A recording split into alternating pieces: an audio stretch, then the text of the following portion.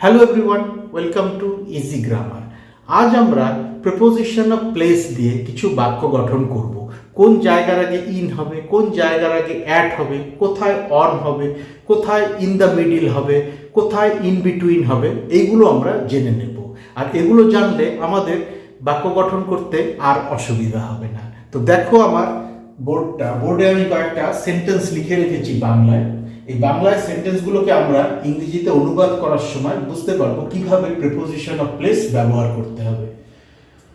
ওখানে দুটো উঁচু বাড়ির মাঝখানে একটা সরু গলি আছে।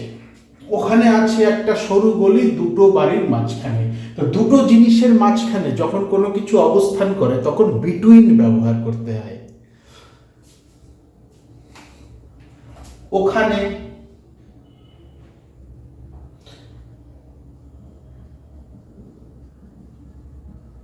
দেয়ার আছে ইজ আ সরু গলি, সরু ইংরেজি ন্যারো,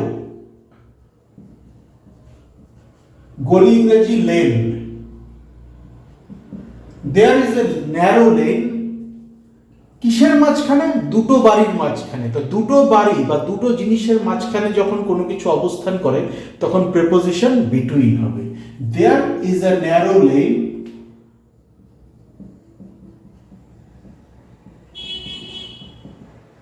বিটুইন দুটো বাড়ি, টু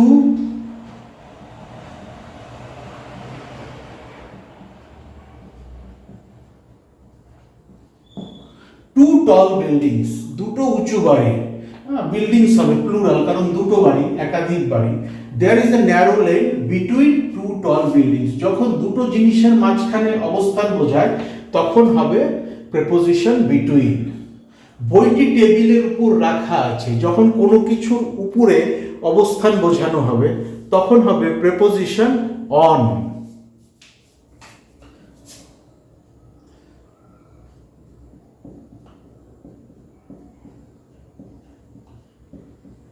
The book is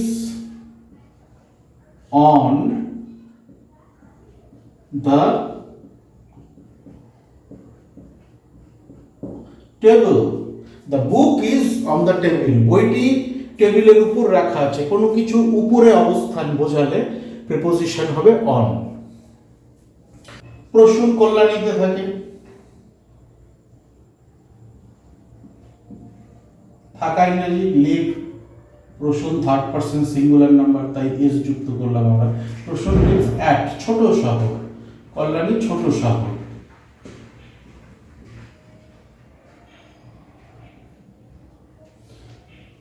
তাই এখানে প্রিপোজিশন বসলো অ্যাট। সে বাস স্ট্যান্ডে অপেক্ষা করছে, বাস স্ট্যান্ডে অপেক্ষা করছে। নির্দিষ্ট একটা জায়গায় সে আছে, নির্দিষ্ট একটা জায়গায় সে অবস্থান করছে। আমি যদি বলতাম সে বাজারে আছে, হ্যাঁ সে শহরে আছে, তাহলে কিন্তু নির্দিষ্ট জায়গা বোঝাতো না। একদম শহরের নির্দিষ্ট একটা প্লেস হচ্ছে বাস স্ট্যান্ড। তো সে নির্দিষ্ট একটা জায়গায় রয়েছে, ফলে এইখানেও আমাদের প্রিপোজিশন অ্যাট ব্যবহার করতে হবে গ্রামারের নিয়ম অনুযায়ী। He is waiting at the bus stop.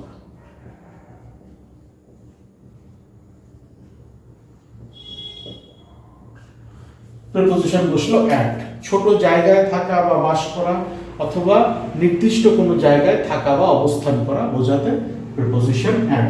শ্যামল লন্ডনে থাকে, বড় জায়গা, লন্ডন বিরাট বড় শহর, তাই এখানে হবে প্রিপোজিশন ইন।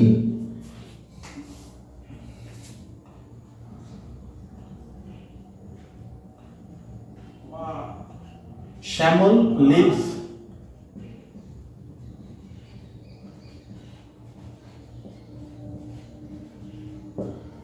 সে কানাডায় থাকে, হি লিভস ইন কানাডা। ঠিক আছে, বড় জায়গা, দেশ এইসব বোঝাতে বা নামি দামি কোনো শহর এরকম কিছু বোঝাতে আমরা ব্যবহার করব প্রিপোজিশন ইন।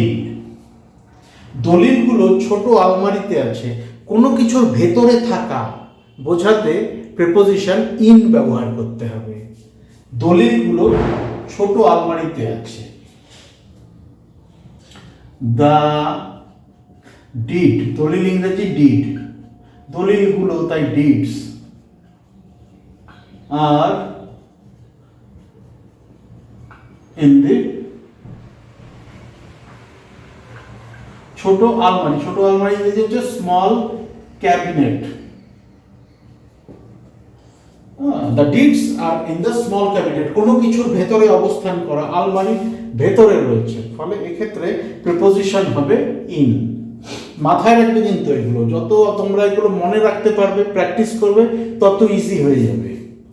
সে ঘরের মাঝখানে দাঁড়িয়ে আছে, কোনো কিছুর কেন্দ্রে, কোনো কিছুর কেন্দ্রে অবস্থান করা বোঝালে কিন্তু প্রিপোজিশন ইন বসবে। ঠিক আছে?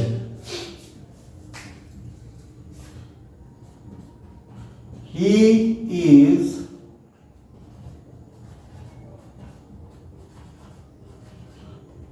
standing in the middle.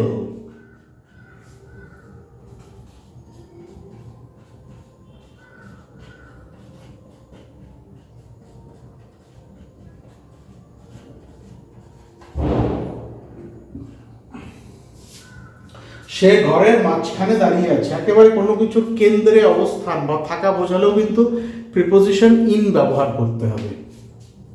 কিন্তু দুটো জিনিসের মাঝখানে থাকলে তখন বসবে বিটুইন। এটা কিন্তু খেয়াল রাখবে। এবার তোমরা প্রিপোজিশন অফ প্লেস দিয়ে কিছু বাক্য গঠন করো, এরকম প্রচুর আছে। হ্যাঁ, near, beside, under, above, over, এরকম প্রিপোজিশন অফ প্লেস প্রচুর আছে। তোমরা সেগুলো দিয়ে বাক্য গঠন করো। তারপরে যদি কোথাও বেঁধে যায় আমাকে লিখে পাঠাতে পারো কমেন্ট সেকশনে, অথবা ডেসক্রিপশন বক্সে আমার ইমেল অ্যাড্রেস এবং ফেসবুক আইডিটা দেওয়া আছে, সেখানেও তোমরা আমার সাথে যোগাযোগ করে নিতে পারো। Thank you so much for your time and attention, and have a nice day.